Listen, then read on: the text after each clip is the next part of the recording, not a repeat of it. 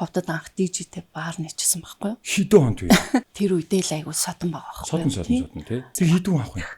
Нийл хүн авна шүү дээ. Нилээ өрсөлдөөн дундаас байна. Нилээ өрсөлдөөн дундаас чамин жижиггүй 33 10 марын хажууд чинь жижиггүй үү?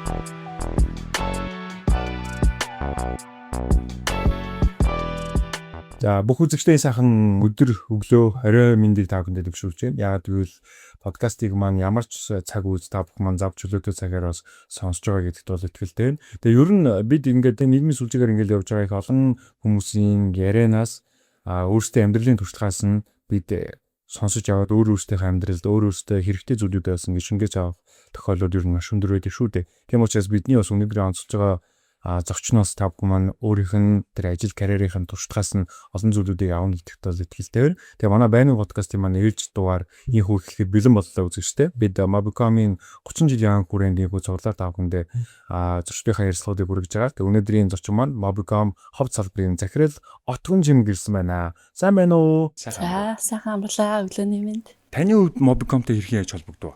За Mobicom-тэй яг холбогдсон түүх бол маш гоё. Би анх 2003 онд сургуулаа төгсч очоод оюутан болж очичоод тэгээд манай ах ховдод Улаанбаатар шуудан гэдэг анх нийжсэн ховд салбарын тэнд борлуулагч шууданчаар ажиллаж байгаа. Ховд салбараа татан болгохаар нь манай нөхөр битээр ярьж агаад ховдод анх дижитэй баар нэчсэн байхгүй юу? Хэдэн хонд вэ? 2004 орчим. Тий 4 5 орчим үед. Тэгээд тухайн үед чинь бас нөгөө дижитэй баар чинь бас нилээн тэр үедээ л айгу содон байгаа байхгүй юу? Содон тий. Нилээн одоо үйлчлүүлэгч сайтай хүүхдүүд ч ордог оюутнуудын хонхны баяр шинжил гээл захиалга ихтэй байжсэн. Тэгээд одоо нэг жоохон ингээд архитарс марстай ингээд холбогдохоос жоохон залгаа. За хоёлоо ерөөсөө баараа ресторан болгоё гэд нөхөртөө яриа. Нөхөртөө л хоёлоо ажиллаад байгаа шүү дээ. Тэгээд хоёлоо ресторан болгоод анх туушингийн тоочгчигээ ховдод ураад нэг 2 сар ажиллаад өгөөч ээ. Дүүн ингээд рестораныг гэж байгаа маа. Та ирээд манад нэг 2 сар ажиллаад гоё тоогооч ингээд сургаж өчөөд ингээд яваач гэсэн чи за тгийгээд ирдэг байхгүй. Тэгээ айгүй гоё ховдод рестораныг тчичгээл хүмүүс ч орж ирээл үйлчлүүлэгч сайтай тийм байж байгаад за их чинь явах боллоо шүү 2 сарын дараа. Тэгээд манай тоогооч ерөнхийдөө бас гайгүй сурцсан баха. Их чинь жоохон ажилтаа одоо 20 найр гээд бас ажил их байна. Их чинь явлаа шүү гэд явдгийн. Тэгээд 2 сарын дараа нөгөө их чи явган хотл борлуулалт ерөнхийдөө буураад таваад солингууд ингээд хоолны чанар бас жоохон өөрчлөгдсөн тийм. Тэнгүүд хүмүүс чинь за жоохон онцгой болчихжээ. Эднийхээ аюу онцгой болчихжээ. Яг тэр үед Mobicom-д ажилтаа авах гэсэн зар авчихэд байхгүй үйлчлэгээний ажилтаа. Тэнгүүд нөхөртөө яриад хоёлаа би шалгалт үзчихөө яах вэ? Орох уу яах вэ гэлтгсэн чинь манай хүн дэмжээл тэг ороор гэл манай гэрийнхэн ч гэсэн ороод үз гэд. Тэнгүүд маргааш нь очиод шалгалт өгөхгүйд очдгийг. Яг манайх ч хүмүүсийн харьяа ховд их сургууль гэж байдаг байхгүй ховд аймагт. Яг тэнд ингээл заалаар дөрөн хүүхдүүд суудсан. Тэгээ шалгалтанд орлоо. Ажил орох гээд, Mobicom-д орох гээд. Тийм болол байсан юм тийм. Бараг тэр чинь 100 гаруй хүүхд шалгалт өгчээсэн. Тэг хэдэн авах вэ? Нийл хүн авна шүү дээ. Нилээ өрсөлдөөн дундаас байна. Нилээ өрсөлдөөн. Тэгэл шалгалтын материалаа өгөөл бич бүглөөл нэг цаг 20 минутын материал байсан шалгалтын. Тэнгүүд би нэг 30 40 50 минут болоод бүглөө дуусчдаг байхгүй юу. Тэгээд нилээн шалгалаа ерөөсө засч масах юм байхгүй болоо. За ингээд сууж агаар ерөөсө шалгалтын материал өгөөд гарыг гээд тэгээд хамгийн түрүүнд өгч хараад яг гараад гисэн чинь манай үдэн дээр намайг хүлээгээд манай нөхөр манай ах их чиднэр хүлээгээд зогсчихсан. Хүүе чи ч одоо яасын эрт гараад ирвэ наа чи цаг чин болоогүй байгаас тэ юм хийсэн юм үгүй юу гэдэг. Тэгэхээр үгүй би ерөөсө чадах чинээр бүгдийг хийлээ. Тэгээд зүгээр суугаад хаар шал тэмээ засах юм байхгүй юм чи тэгээд гараад ирлээ штэ гэлтгчихсэн. Тэгээ маргааш нь Mobicom-с ирж ийн ял залгаал чамаг ялцланд урьж ийна хүрээдээ гэж. Дараагийн шатна гэсэн үг тийм. Тийм. Ажлын ялцсан. Тэгээд очиод айгуу гоё нэг ихч байсан, ирсэн байсан. Манай одоогийн захирал сандагдорч бас байсан. Тэгээ гурлаа баахан болоод яриад нэг өчнөө юм ярьж асууж хэлж байгаа юм чи. Тэгээд намайг яг бас сонгосон шалтгаан, ярилцлаганд өрсөн шалтгаан би нөгөө IQ-гийн тестийг амар өндөр хамгийн мундаг бүгэлцсэн байсан байхгүй юу? Тийм байна тий. Тэгээд чи айгуу сайн бүгэлсэн байл за англи бол яг хэл бол дундч та бусд нь ингээд имерхэн байна. Чамтай ямар ч гэсэн ярилцаад үзье гэдэг ингээд бодож байгаа шүү. Тэгээд нэлээ ярилцсан. Тэгээд 2 хоногийн дараа дахиад залгаж. За чи манад тэнцсэн байх шүү. Ажилдаа ирж ороороо гэд тий. Тэгээл Mobicom данх үйлчлэгээний ажилтнаар орж исэн. 2006 оны 4 сарын 17-ны өдөр. Тэгээ 2 үйлчлэгээний ажилтнтай тэгээ захиралтаа ингээ гурлаа ажиллаж исэн гэсэн үг. Тэнгүүд сарын чимэг захирал маань дахиад Улаанбаатар руу шилжих болоод тэгээд дахиад орны сонгон шалралт хийгдээд би 2015 оны 7 сарын 1 гэсэн өдрийн тушаалаар хот салбарын захирлаар тэмлэгдэж ажиллаж байсан. Тэр мэдрэмж бас ямар вэ? Бас гоё шүү. Тэгэлгүй тий. Бас л хариуцлага. Тий, хариуцлага. Дээр нь хариуцлага, маш том хариуцлага. Ховц энэ том салбарыг удирдах авч явах тийм үүрэг хариуцлага над дээр ирсэн учраас би бас айжсэн. Яг үнийг хэлэхэд бас айжсэн. Гэхдээ л бас гоё тийм мэдрэмж төржсэн. Яг чаднаа гэл. 2015 онд та бол чадсан байна. Өнөөдөр ингээл 2026 он тий. Чи бараг 10 жил рүү орж шít тий. Тэгээ энэ цаг хугацаанд бол маш үр дүнтэй ингээд ажиллаад өнөөдрийг хүртэл ингээд энэ салбарыг аваад явж гин гэдэг бол та үнэхээр чадчих чинь. Одоо яг энэ хугацаанд таны өөрийн тань одоо юу гэдэг ингээд нэг юм жанжин шугамуд байгаа шүү дээ. За би яг одоо яг ийм чиглэлээр энд удиржиж байгаа энэ чиглэлээр яг ийм жанжин шугамуудыг яг барьж авна гэдэг ч юм уу тий. Тэр гоё туршлагаасаа бидэнд хуваалцвал. Яг олон хүн гэл нэмэгдээл олон болох тусам үүрэг хариуцлага бол нэмэгдэж байгаа. Тэгэхдээ би өөрийнхөө одоо өөрийг маш сайн мэдэх хэрэгтэй. Би энэ хот салбарын одоо захирал надад ямар үүрэг байгаа лээ. Манай ажилтнууд бас ямар үүрэгтэй бэлээ. Би энэ хүмүүсийг яаж удирдан чиглүүлэх вэ гэдгийг би маш сайн ойлгож ирсэн. Тийм ч учраас би ерөнхийдөө бол миний яг зарчим бол хийх юмаа өдөртөн хий. Яг үүрэг хариуцлага оногцсон ажлуудаа хүмүүсийгээ яг тухай бүртэн хийдэг байх хэрэгтэй. За дээр нь одоо шудраг үнэнч гэдэг зарчмыг ерөнхийдөө баримталж ажилладаг гэсэн. Тэгээд яг хамт олон гэдэг бол яалцчгүй гоё тий. Яалцчгүй ингээл ерөөсө 2 дахь гэр бүл гэж хэлж болно. Тэгээд хамт олныг ингээд гоё ингээд халуундуулаа уур амьсгалтай байхаар тухайн одоо салбар одоо жишээ манай салбарын ажлын бүтээмжинд бол надад бол эргээ нөлөөлдөг гэж хардаг юм. Нэгэрээ тийм шүү тий. Би энийгээ тэр ойлгох. Сая гэр бүл хамгийн ойлгох нь чухал, гэр бүл бол хамгийн чухлаа гэж та сая хэллээ. Ингэж ярьсных цаашлаад нэрээ таны гэр бүлийн талаараас сонирхъя. Таны ярианд бол таны нөхөр төрүүд урдагдлаа. Гэр бүлээ таваас танилцуулахгүй. За би 2 охин, 2 банттай. Тэгээ 4 хүүхэдтэй одоо отонтой ээж гэсэн. Ямар сайхан юм бэ? Хүүхдүүд мэдээж мэдлсний дараа бол ээжүүд маань ерөөдөө харж өсгөж идэг энэ. Тэгэхээр ер нь бол ээжүүд маань ингээд тэр үед бол тодорхой хэмжээний юм цаг хугацааг ингэж завсарлага авч идэг. Завсарлага аваад буцаад ажилдаа орно. Тэр мэдрэмжүүд ингээл ер нь бол ингээд өндөр анзаараад харахад бол карьерийн хөгжиж тэр тодорхой хэмжээний завсарлагууд нэлээх аваад идэг. Таны хувьд ер нь ямар байв? Стресстэй үед бол гардаг. Зөндөө гардаг тийм. Тэгээд ялангуяа манай хүн чинь нөгөө цагдаа учраас ер нь баг цаг наргүй штий. Зарим үед ингээл өдөржин шүнэ алга болчихно тэгэл уурлаа. Чи хааны онаа. Хүүхдийн памперс авчирч өгөөч нэтрээ гэл асуудал бол гарахын үед гардаг байсан. Хаяа нэг спортод бас дуртай. Ер нь бол спорт бол хамгийн мундаг гоё. Хүнийг одоо ингээ ирч хүчтэй болгоно. Хүний амьдралын одоо зөв дадал бий болгоно. Одоо манай хүүхдүүд бол ер нь бараг л завгүй байдаг хгүй хичээл клуб ял ингээ ерөөсөө завгүй. Тэгээд тийм одоо хүүхдүүд чинь одоо сүүлийн үед бол их фэйсбүүкээр ингээл утас оролдоол их томдож ийн гэдэг байна шүү дээ. Манай яг спортоор хичээлж байгаа 3 хүүхдүүд бол нэг тийм зав гарахгүй. Утас оролдоод байх фэйсбүүкээр ингээл юм хайгаад ах шаардлага гарахгүй дандаа л спортын клуб рүүгээ ярсан, хичээл рүүгээ ярсан.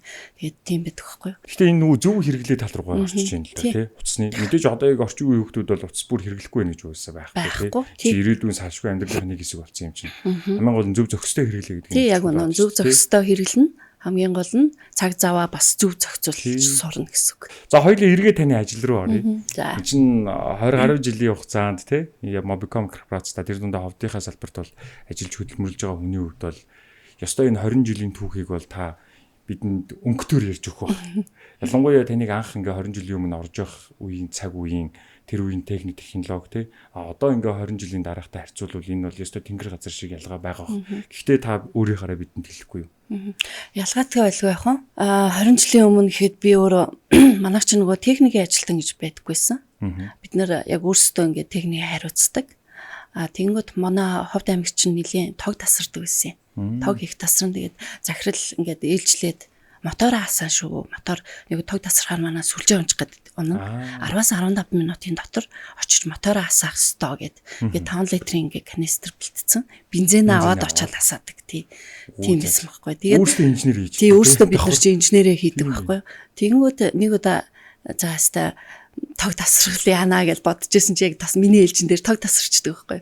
Тэгэл 5 литрийн бензин аваад манай сая захиргааны дээр идэгсэн. Одоо Ховд аймгийн захиргааны тэтэл 5 давхар гараал мотороо асаахын тулд нөгөө шилжүүлэг хийдэг байхгүй нэг юм мануал гэдэг үсэн. Тэр мануалыг ингээл доошоо татаад шилжүүлэг хийх хэвээр. Тэгээ нөгөө аймаар яараал сандраал нөгөө нэг яана 15 минут нөгөө нэг сүлжээ тасарч утга үедээ гээл ингээ зүрхчин зүгддэг гэл яаж байгаа юм чинь.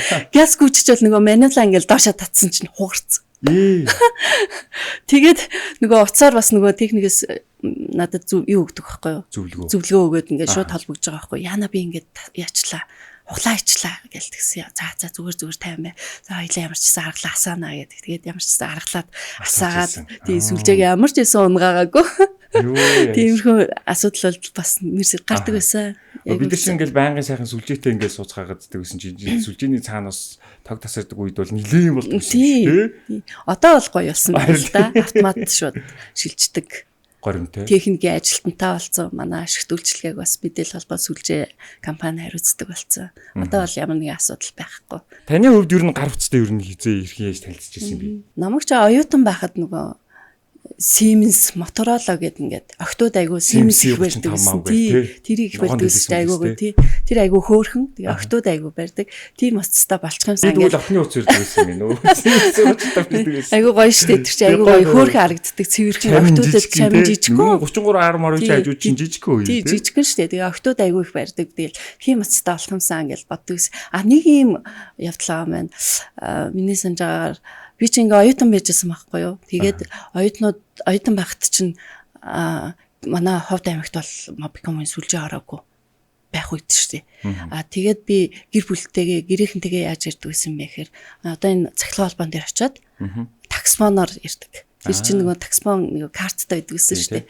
Тэгээд нэг удаа 3000 төгрөгөөр лөө хэдэн төгрөглөө тэр үед чинь гэрлүүгээ ярих гал карта аваад яг карта авал үүдэн дээр нь кабинет нь хүлээгээл дараагийн хүний гарахыг хүлээгээд зогсож исэн чинь нэг залуу ихчээ надаа юу огчиж карта өгч байгаач би гэрлүүгээ над руу залгаарай гэж хэлчихэл тасалчаал танд буцаад өгчий гэдэг байхгүй. Тэнгүүд нь за тэг гэлс ярьчаад өгөрөө гэд карта өгөл оруултгий.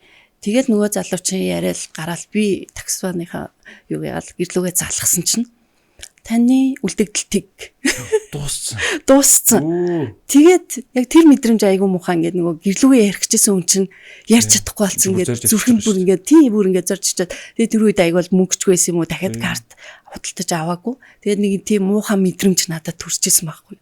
Тэнгүүд ингээд яалчгүй харилцаа холбооны салбар бол одоо Монгол улсын дэд бүтцийн хамгийн чухал салбарын нэг яг энэ салбарт ингээд ажиллаад амьдралаа холбоод ингэ явж байгаа нь бол үнэхээр гоё. Таны бие бас нэг энэ туршлагуудыг ялангуяа одоо юу гэдэг шинээр ингээл өдөрдөх албан тушаалын ажил хийж байгаа хүмүүс ч бай тий.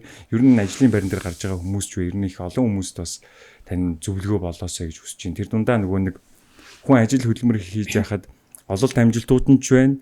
Нөгөө талаараа бас алдаа оноонууч бас зэрэгцээд явж идэг тий. Гэхдээ тэр алдаа оноог ингэж давж гарч тэндээсээ туршлагажаа цаашаа үргэлжлээд явна гэдэг бол хамгийн чухал болов. Таны хувьд өнөөдрийг хүртэл одоо мэдээж ингээд шантарч исэн үеүүжчих байгаа хаа тэрнээс давж гараад өнөөдрийг болгоцсон байгаа тохиолдолд яг ингээд миний үдээс хараад таасууж ин л та тий. Тэгэхээр ер нь тэр алдаа дутагдлууд болон тэр шантарч исэн цаг хугацаанд яаж давал илүү тохиромжтой байд юм болоо таны хувьд таны өөрийн арга барил. За миний хувьд бол яг энэ харилцаа холбооны салбарт тэр тусмаа Монгол улсынхаа хамгийн чухал дэд бүтцийн салбар болох энэ харилцаа холбооны салбарт ажилтдаг гэдгээр үнэхээр их бахархдаг. Мэдээж ажилтаа хүн хамгийн гол нь дуртай байх хэрэгтэй. Ажилтаа дуртай, ажилласаа урам зориг авч тэгээд тэр ажлыг хийснээр би энэ сайхан амьдралыг тэгж байна гэж ойлгож ажилдаа дуртай байх хамгийн чухал гэж ойлгодог доо. Таны хувьд бол одоо чинь ингээл ажлын байранд шинэ хүн авахаас ахуулаад хүмүүсийг ер нь хэр хурдан таньж байна. Одоо бол нэлийн туршлагатай болсон байхаа тий. Юуг нь ер нь хардлаггүй. Ер нь бол туршлагатай болсон гэж бодож байгаа тий. Ер нь одоо ингээ хараад байхад бол тий хүмүүсийн одоо тухайн ажилд одоо орох гээд анкета өгж байгаа хүмүүстэй ярилцж байхад ер нь суур хүмүүжил гэдгийг би ер нь их хардаг байсан. Хүний яг гэр бүлийн хүмүүжил. Тэгээд яг төлөвшил нэ тий төлөвшил яг ингээ харагдах байдлаас нь гадна ингээ ярилцаад үзэхээр тухайн хүний суур хүмүүжил ямар вэ гэдгийг за дээр нь хэр их итгэлтэй хүн байна вэ? Хэр их одоо найдвартай гэдэг юм уу тий? Юмд хандж байгаа хандлага харьцааг нь илүү харж ажилтнаа сонгож авдаг.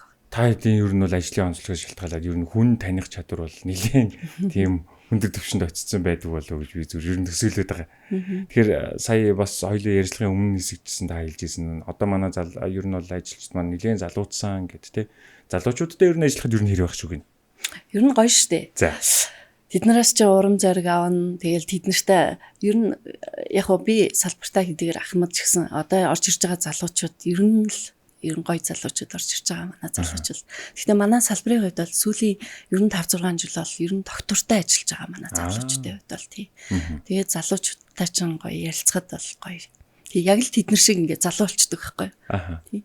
Тэднэр шиг тий тэдний ярьдгийг ярина, сонирхын ямар дуу дуулжин тэрийн дуулна, сорно гэл залуучуудтай ажиллах үнэхээр гоё. Ер нь ямар нэгэн одоо юу гэдэг Mobicom корпорац бол одоо нийгэм рүү хандсан, чиглэсэн одоо сайн дурын гэдэг ч юм уу те одоо их олон ажлуудыг их зохион байгуулагддаг шүү дээ. Тэрийг одоо юу гэдэг ялангуяа сайн залуучууд гэж ярьсных тэдгээр залуучууд маань дэмжиж ажиллах тал дээр ер нь хэр байх шиг байна. Ер нь Ховд аймгийн салбар ер нь нийгэмлэгөө чиглэсэн тухайн аймаг руу чиглэсэн ажлуудыг бас хэр хийсэн бэ? За Ховд аймгийн тухайд бол манай Mobicom корпорац нийгмийн хариуцлагын хүрээнд бол олон ажлуудыг хийж исэн. За түүнээс дурдах юм бол тохилог ариун цэврийн байгууламж гээд байгууламжийг хэд хэдэн сумуудад хийж исэн байна. За мөн 2020 онд цэвэр ус төсөлгээд хүний одоо хамгийн анхдагч хэрэгцээ одоо хүүхдүүдийн анхдагч хэрэгцээг хангасан цэвэр ус төслийг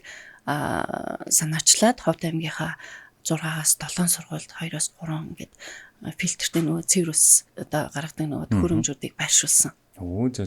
Тий. За мөн бас Smart Education 1-2 гэх төслүүдийг Ховд аймагтаа зохион байгуулж хүүхдүүдэд одоо нөгөө тэгш одоо хүртээмжтэй байдлыг биелэх, тий суралцах боломжийг хангасан тэр ажлуудыг бид нэр зохион байгуулж хийжсэн байгаа. Энэ ажлыг ингээл гар бие оролцоод явахад яг хувь хүн талаас өртөх гоё гэдэг үү? Сайхан гэдэг баг тий. Мэдээж компаниараа багтдаг байхгүй. Яг ингээд нийгмийн хариуцлагын хүрээнд энэ гоё ажлуудыг ингээд зохион байгуулж байхад одоо Ховд аймаг даяар улс орон даяар зохион байгуулж байгаа шүү дээ. Энд чинь Ховд гэлтгүү. Тэгээд яг энэ олон сайхан ажлуудыг манай компани хийж хэрэгжүүлсэн байдаг. Түнхээр бахархдаг. Хэлгүй яах вэ? За тантай зөв өнөөдөр бас ингээл ярилцахад их таатай байна. Тэгээд ийм илэн далангуу нээлттэй гоё ярилцсан танд маш их баярлалаа. Тэгээд Mobicom корпорац бол энэ жилийн 30 нас өрлөө тий. Тэгэхээр хамт олондоо хандаж бас юу гэж хэлмээр байна. Гоё мэдлэгээ төвшүүлээ тий. Тэгээд мөн дээрээс нь манай Ховдын салбарч эрхчил бас тэгш байнд харж байгаа гэсэн үү? Тий, эрхчил манай Ховд салбарын 25 жилийн яваад гэж байгаа. Хоёул хамт олондоо гоё мэдлэгээ төвшүүлээ тий. За. Юуны өмнө бас энэхүү подкастэнд намайг урьж оролцуулсан Mobicom корпорацийнхаа хамт олонд баярлалаа. Та бүхэндээ бүгдд нь 30 жилийн баярын мэндийг өргөн дэвшүүлье. За мөн Ховд салбарынхаа сайхан хамт олонд бас яг энэ өдрийн мэндийг хүргэе. Тэгээд та нартай хайртай шүү. Миний хамт олон бол яг мундаг баг хамт олон байж чаддгаа. Тэгээд хайртай шүү гэж хэлмээр. За маш их баярлалаа. Цаг зав гарган ирж манай өнөөдрийн бас подкастын дугаард оролцсон танд баярлалаа. Цаашдын бүх ажилтнаас амжилт хүсье. За баярлалаа. За ингээд үзэгч та бүхнийгээ бид Mobicom Ховд салбарын захирал за Пүрэвсрэнгийн отхон жимэгтэй та бүхнийгээ уулзууллаа. Дараагийн дугаараар ирэх болцлаа. Баяртай үзэгчтэй.